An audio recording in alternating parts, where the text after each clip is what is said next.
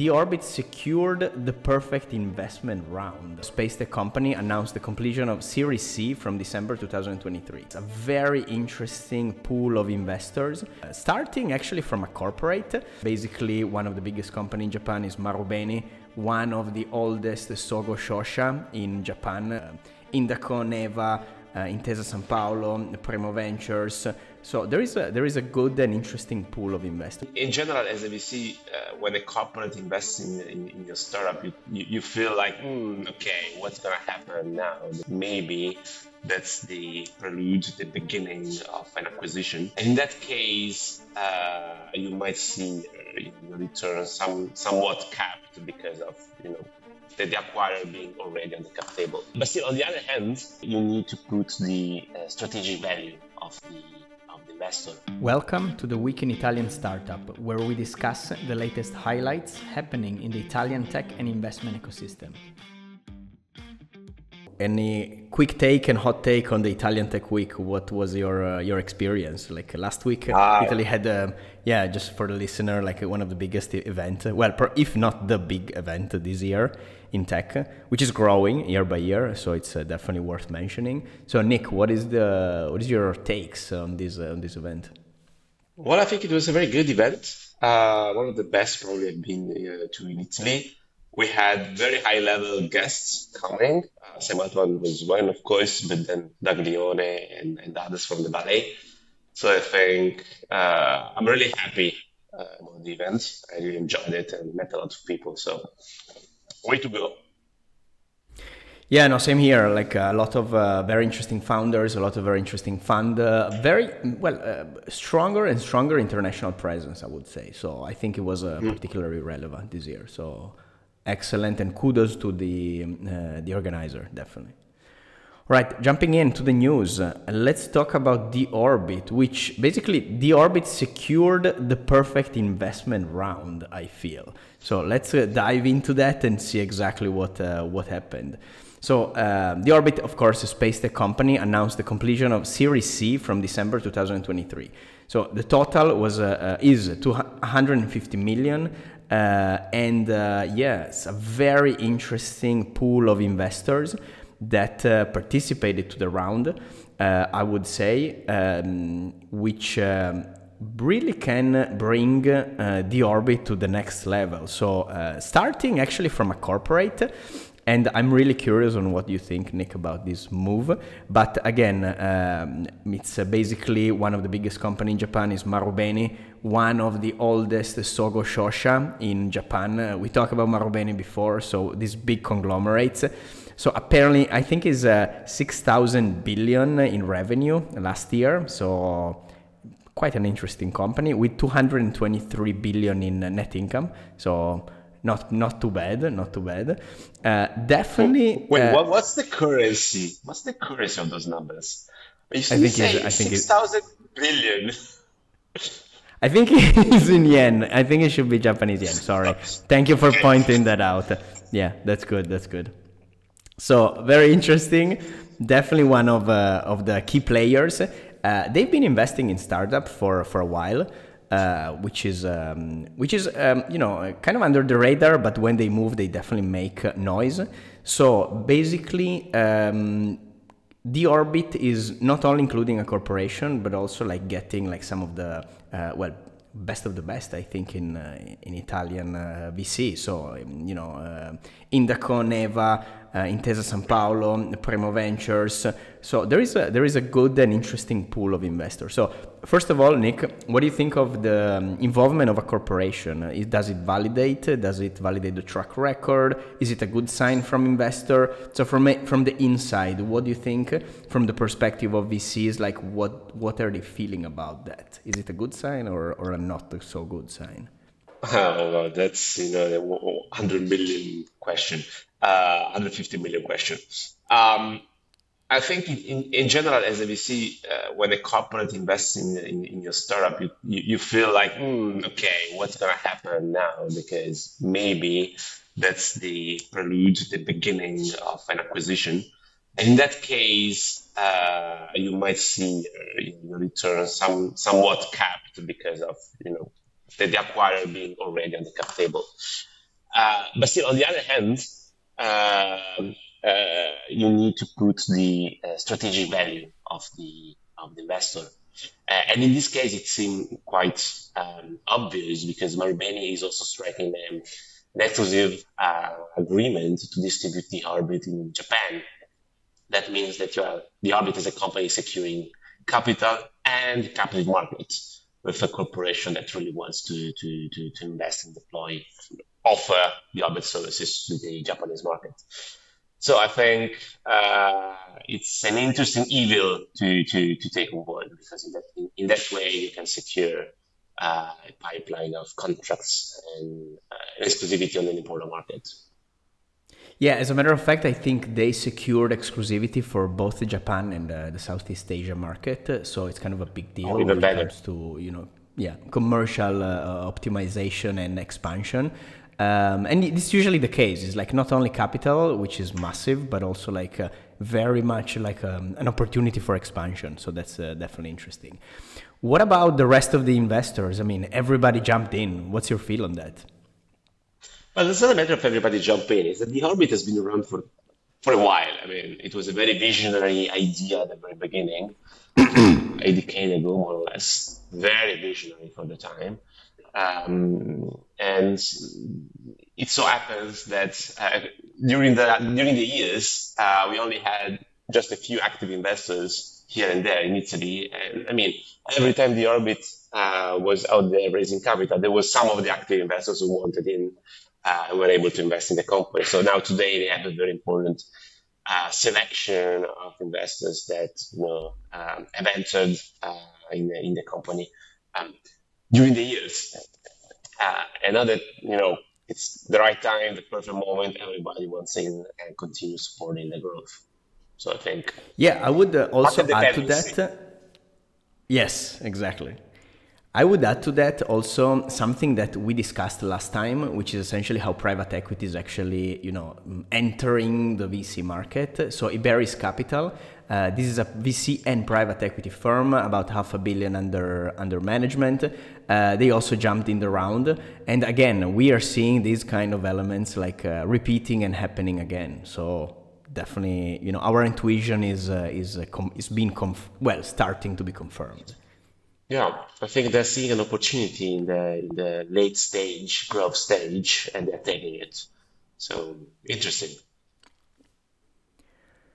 Awesome. So let's move to JetHR, HR tech startup raising 12 million in a round led by Picus Capital, with basically participation also from existing investor Exor, IFF, and 2100 Venture.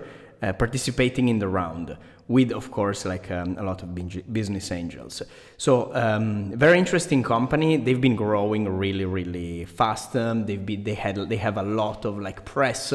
They're solving a really particular problem for Italian, which is basically optimizing and eliminating bureaucracy surrounding anything HR. And definitely a smart move from their part to already involve like international investor from one side, entrepreneurs from another side, and solid entrepreneurs and family offices from some of the biggest families in Italy, but also founders of HR technology startups across Europe. So definitely also very interesting round, very much layered and very much complex. So I thought it was particularly interesting. Yeah, you know what I find interesting about what they're doing is that they're following a very interesting play that's solving very boring problem that are very painful for the customers. I mean, HR, people management technology, boring, but all the solutions that currently you find in Italy are basically back from the 90s, if they are web-based at all, with a lot of human intervention. So I mean, boring and deep problem. So perfect positioning, and you can see from the numbers. Yeah. Plus, they already know that this is a typical Italian problem, so there will be a cap at some point, and a lot of challenges to these kind of companies are, you're just solving an Italian problem, you're not going global. They kind of know that, so they already have like international investor, international founders getting involved in a way that they can prepare the next step. So again, like it's worth mentioning, like Picus Capital, I would say, very interesting player in the market, pan-European investor. They have about 170 investment, I believe. What is interesting is that they're also investors in Casavo and Miscusi. So they've been looking into the Italian ecosystem and cherry picking some of the best deals out there. So definitely an interesting, good sign and good involvement of that company for JetHR. Agree. Very nice round. All right, moving on. Let's talk about that Datamaster, AI-focused tech academy, raising 1.15 million in a round led by Primo Ventures and participated by Zanichelli Ventures and other business angels. So for our AI corner, I think this is relevant because Datamaster have been like growing insanely. I think the funding date is 2022, so it's just a very, very young company. Luigi and the team have been like working super hard. Plus, what is interesting is that Luigi has been dealing with AI companies back since the beginning and the pre-ChatGPT hype. So it's someone that really saw the market evolve, and he really kind of zoomed in and lasered in a particular niche, which is definitely crucial. I love the way also how they frame their problem, which is like they want to educate. I think they say like 1 million people. So far, I think that's the first milestone. And, very straight and laser focused vision on a topic which is extremely hot right now and relevant. And definitely, it's here to stay. AI education is a huge problem. It's a hurdle for the workforce. So they're positioned really, really well. I don't know what was the reasoning between you guys in Primo, about this investment. So I'm curious to see your perspective. Well, basically, you pitch it to me. I'm thinking about investing in the company. So you always convince me. Very nice. Awesome. Of course, I agree. They're executing their plan wonderfully and basically building this learning powerhouse. This is the core positioning at the moment.